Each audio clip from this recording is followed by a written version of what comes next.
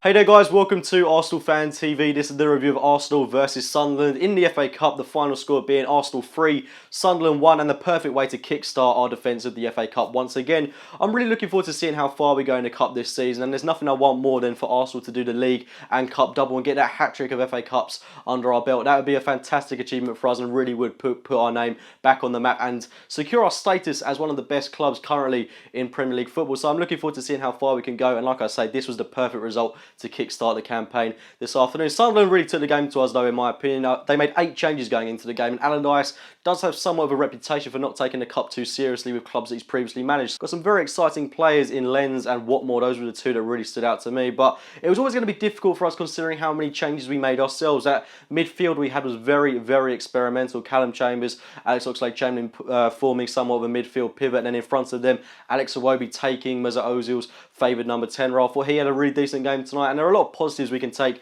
from individuals. Chamberlain looked a lot more better in his favoured central midfield role. Made some great driving runs going forward. His final ball was a little bit off, and he does tend to run into trouble at times, but he had some fantastic efforts on goal, hit the post, and his good dancing runs. I really think he worked to his strengths in this game. So good performance from Chamberlain. All round a very good team performance. I don't think there's one player that particularly had a bad game. Giroud was a little bit off the boil, but still got himself on the score sheet. A lot of positives I can take. Both wingers, Campbell and Walcott, I thought fantastic. Joel Campbell, absolutely exquisite throughout this game. He's got to be starting at Anfield, in my opinion, if he's going to be consistently working that hard and playing that well for the team. He looks class whenever he's on the ball, but like I say, that went for almost everyone who was wearing an Arsenal shirt this afternoon. The game didn't really get off in the way that we would have hoped when Sunderland took the lead through Lens, and it was a poor mistake from Laurent Koscielny, the captain on the day. Not something you would expect from a player of his calibre, of his experience, to do something so arrogant as what he did. And it is pure arrogance. It's not a simple mistake. He literally ran into trouble by trying to do something which was too swish, too clever, and literally gave the ball to Lens, and it was a tidy finish past Petr Cech. He did seem to snatch it,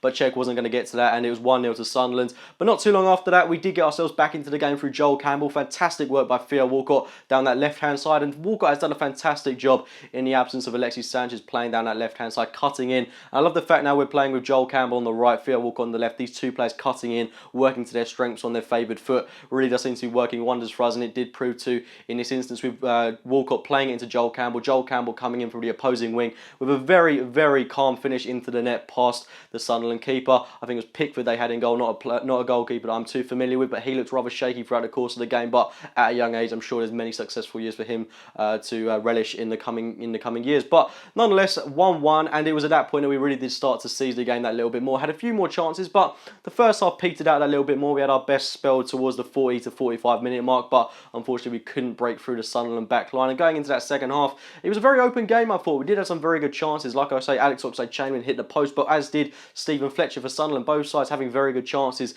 in on goal, but it was really the addition of Aaron Ramsey coming into the team that did work wonders for us, as did Mikel Arteta, I guess you could say. He did a decent job when he came into the field of play. Ramsey proving why he is so valuable to this Arsenal team in the space of merely 5 minutes.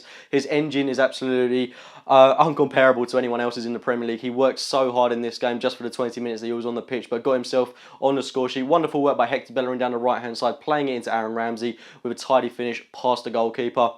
And then not too long after that, Olivier Giroud got himself on the score sheet with a rather similar goal, but a pass from Bellerin in this instance was absolutely magnificent, taking out about 4 or 5 Sunderland defenders for Giroud on a plate for him into the back of net. 3-1. Could have been a few more, but I will take 3-1 any day of the week. I'm really happy with how the team performed. Really happy to see Jeffrey Adelaide get a couple of minutes under his belt. He really looks like a prospect, but even more so happy to see Iwobi get a full game pretty much, because he was fantastic for the time he was on the pitch. Really does look like a talent. If he can get some more time, then he can develop into a world-class player for Arsenal potentially. But let's not speak too soon. Let's not put too much pressure on these players, because they should take it in their stride game by game, and let's just see how they do. But they do really look like players that could develop into potentially world-class talents if they keep their head down, keep working hard. But again, we saw the Laurent Koscielny and Gabriel partnership executed, which I thought worked really well. Out of the two, I'd actually say Gabriel played the better than Laurent Koscielny did in this game, and I do want to see Gabriel get more minutes. I do consistently say it, but you can tell at times we do miss somewhat of a leader in Per Mertesacker, so you can kind of understand why Mertesacker is getting a guaranteed spot in that back line. But I still like the idea of having Koscielny and Gabriel consistently starting games for us. But it remains to be seen what team will be fielded at Liverpool. But we've got great options within the side now.